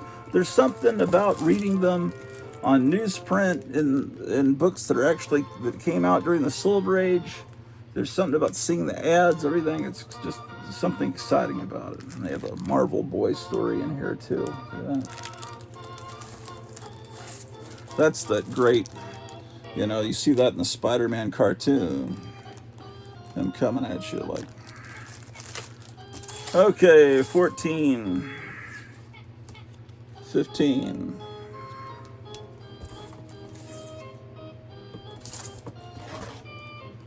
16.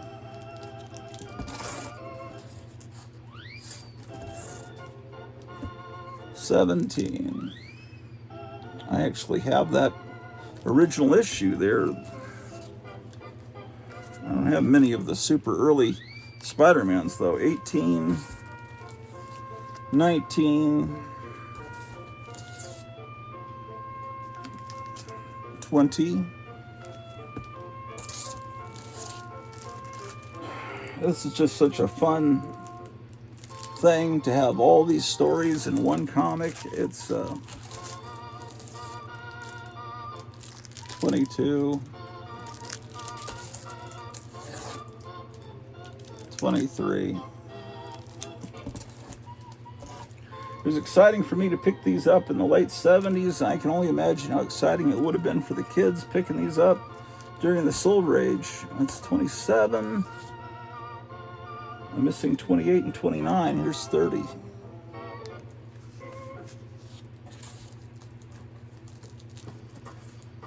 $31. This is the first appearance of Mary Jane reprinted in this one. 32. And then 33. It becomes the Bronze Age. In my opinion, the Bronze Age started with the strip going across the top. 33. 34. 35.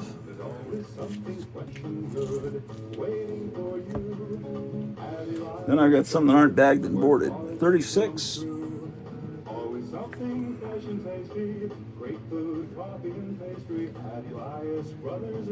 You can enjoy an exciting romantic look, impressive anytime, with a little fake beard.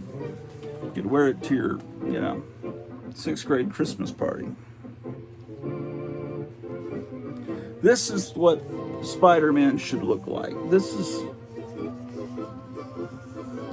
vintage Ramita. And Steve Ditko, It's just, this is, everything was just perfect at that time period.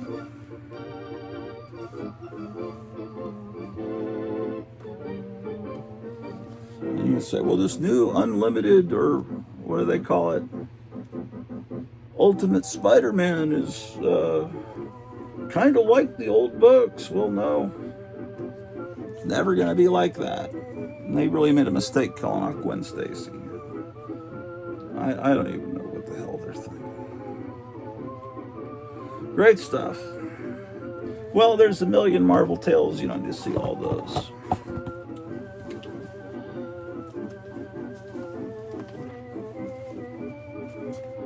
What do you do with all these comic shop news, man? You don't just throw them away. Or maybe you do.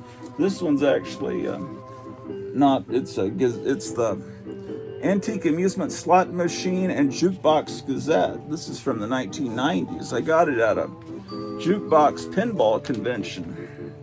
It's all about old mechanical machines. I think, what is the date on it? Come on, man. Give me a date.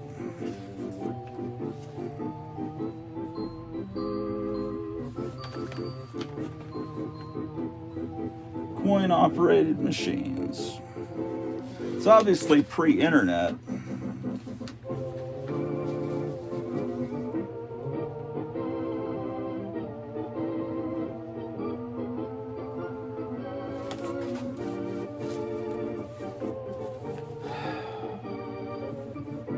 I don't know. Do people collect comic shop news? Or do they have a Batman color comic strip in the back there?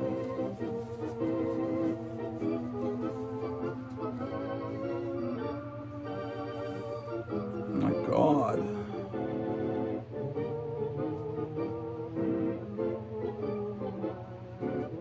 What is... It's like...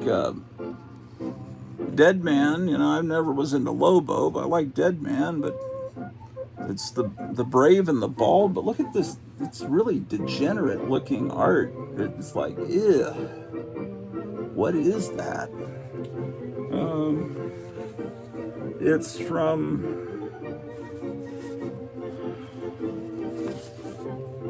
1994, yeah. Just an ugly time period.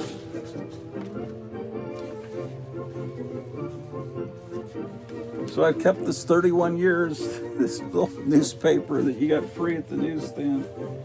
What is wrong with me, man? I guess I saved the ones that... Remember Lady Rawhide? She spun off out of the Zorro comic.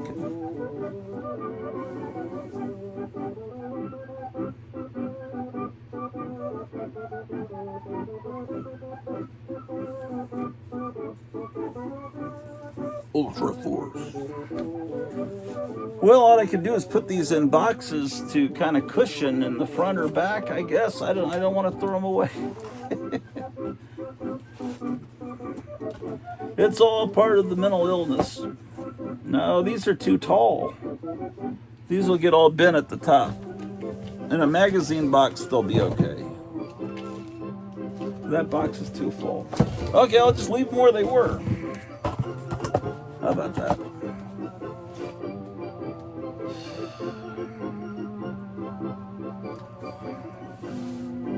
What time is it, man? Tell me down in the comments down below so I'll know. I need a clock up here. I do have a clock, but I can't read it because it's way over there. I forgot I brought a clock up here. That was brilliant.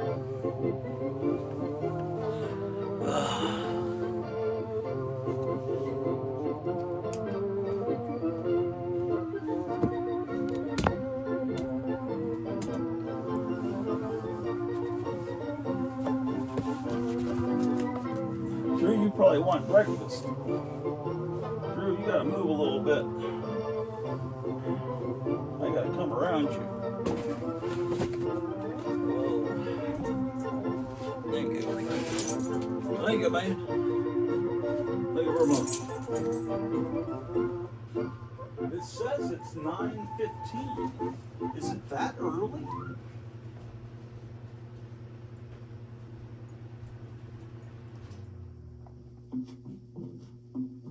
Man, I thought it was like 11 o'clock in the morning. Drew's just waking up, that's why. Okay.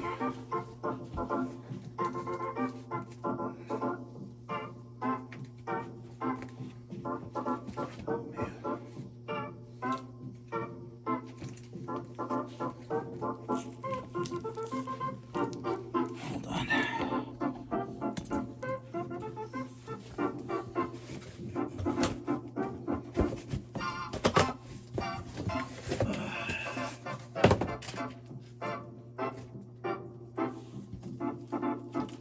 Oh, shit.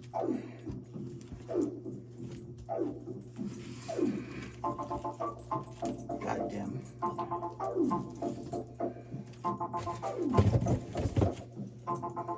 It's a magazine I used to put out. It was the cover for an issue that never got printed. I'm thinking of going back and restarting it. This was going to be dated October 1997. But I guess a few years have passed and I never put it out. Some people are saying that I should do it.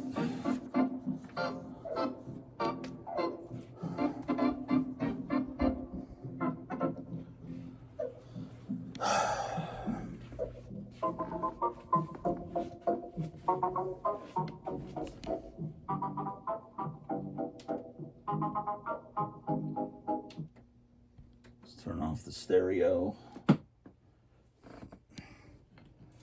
Okay.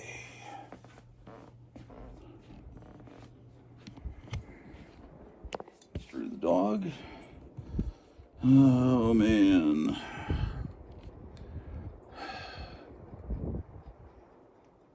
What else do I need to do up here? Well, it was the main thing. I wanted to see if I had that particular issue of Marvel Tales. And it turns out I do. That's fantastic.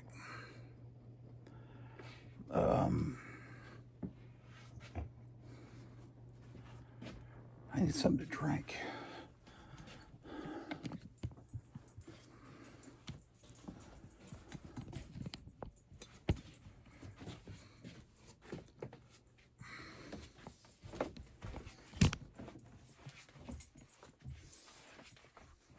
I was just thinking, where's my phone? And I'm using the phone to record. And I was like, I wanted to look at my phone.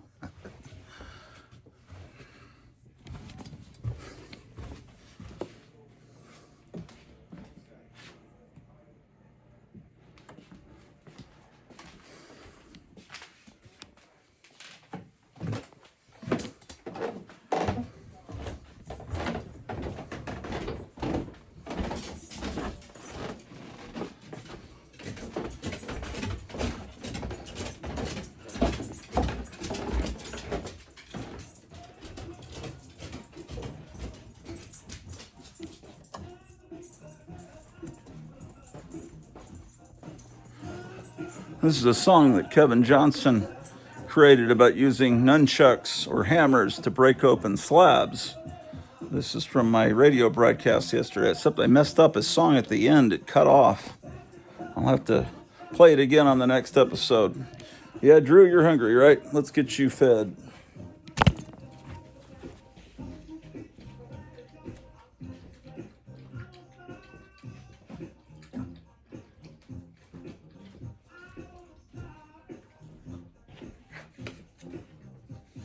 There you go, Drew. Some chow.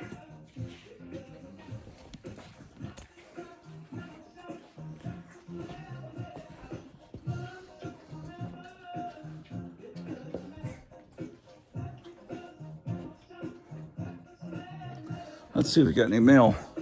Also, I put some grass seed out, and then I put some topsoil over it, and then it rained like one of the biggest rainstorms I've ever seen in my life last night. And how I noticed earlier when I went out, there's little sprouts of what looks like grass already coming up. I'll show you while we go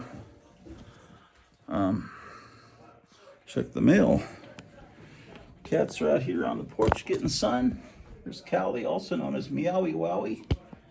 And there's Ambrose, also. Look at him sacked out.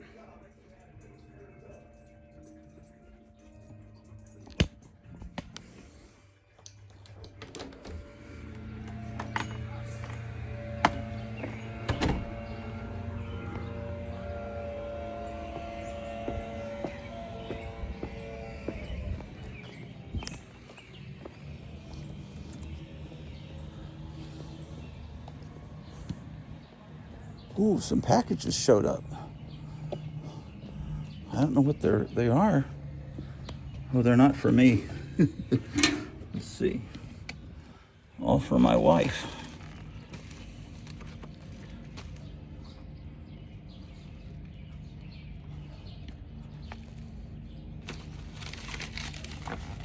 Fragile, handle with care. Oh, she's gonna be excited. Let's take these inside.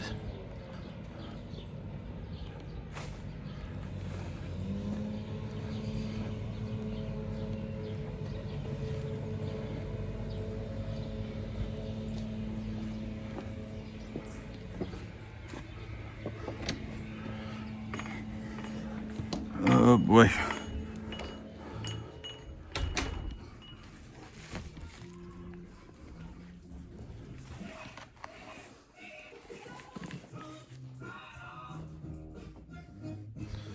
Well, Donald Trump, let's see, well, next Friday is July 4th, right? I think Night Tiger's going to have a special July 4th broadcast. I don't know if it's going to be on July 4th, or I'll have to check that out. But Trump's going to be talking in Des Moines, Iowa next Thursday. And then he's going to have a year-long World's Fair in Iowa to celebrate the 250th birthday of the U.S. It's weird because it seems like it was just yesterday. It was 1976, and we had the bicentennial moment on television every night. What happened on that day during the Revolutionary War? Hey, I'm gonna go out and look at that grass, man.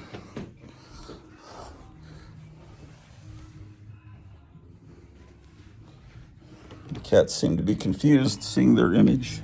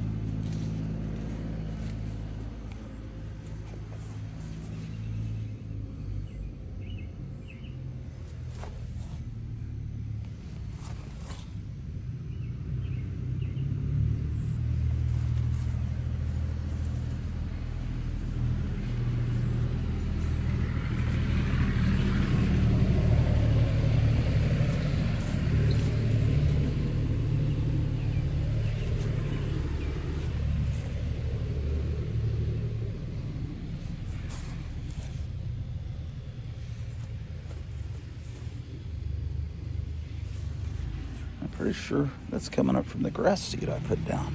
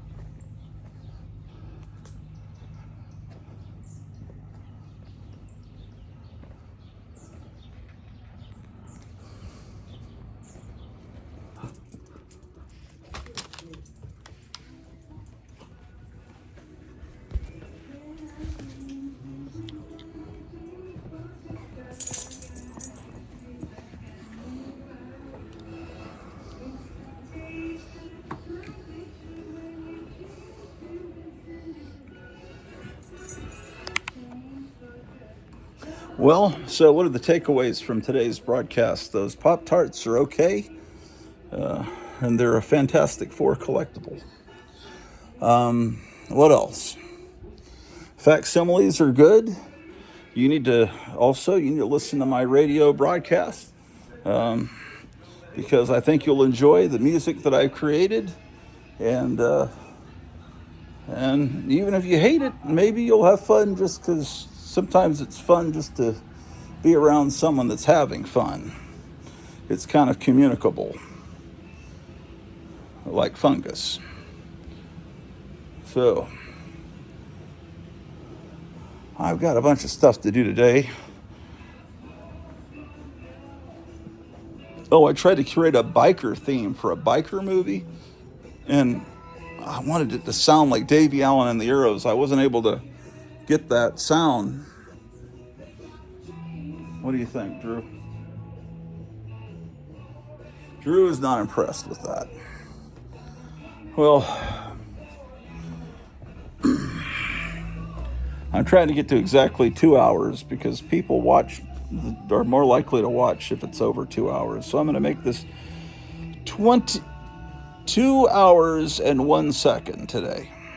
So, anyway, so I'm glad we had this time together just to laugh or have a joke or two. Seems like we just get started, and before you know it, it's over. Another episode of the Hotel Orloff, ladies and gentlemen. Tune into my radio show on WFUN 79 AM.